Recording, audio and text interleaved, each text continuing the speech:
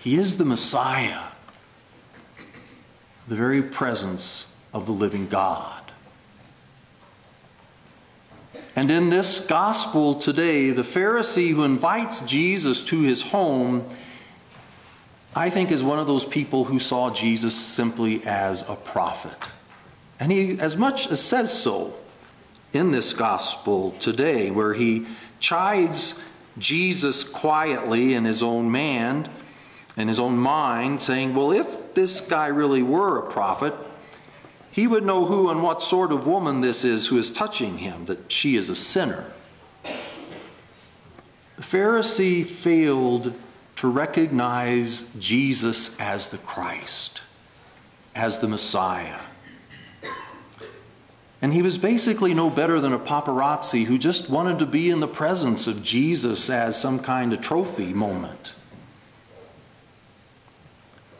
And we, as those who minister in the church, must be cautious that we don't settle for the same Jesus. That we don't allow ourselves to be comfortable with just being an associate of Jesus. Someone who simply knows him.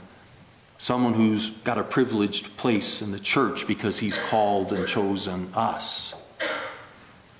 That's to treat Jesus as merely a popular person, a popular prophet of the day, and to fail to allow him to go deeper with us and to allow him to be the Christ. And that's the beauty of the model of the sinful woman who stands behind Christ.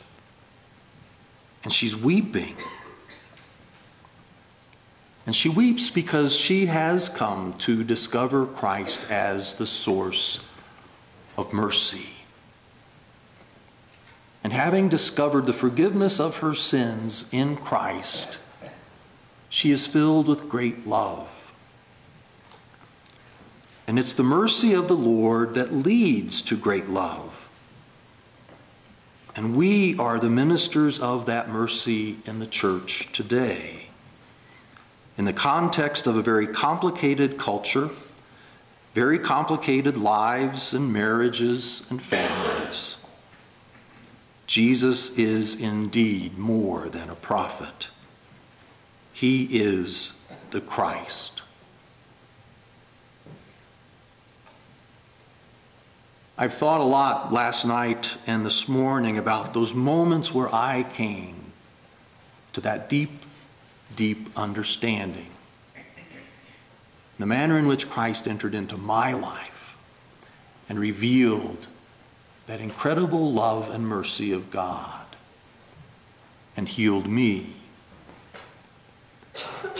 And I hope all of us in these days have had the opportunity to reflect upon those moments where that magnetism of Jesus became something that we could not only not ignore, but something that just steeled our hearts for nothing less.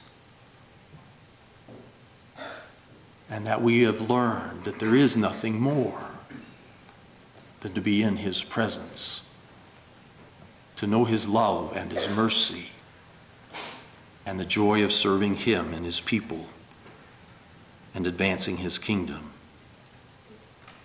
This is the great faith that allowed the sinful woman to recognize Jesus as the Christ. This is the great faith that receives mercy and healing and allows the fullness of life to be restored with great love. That same Christ is present here and now again.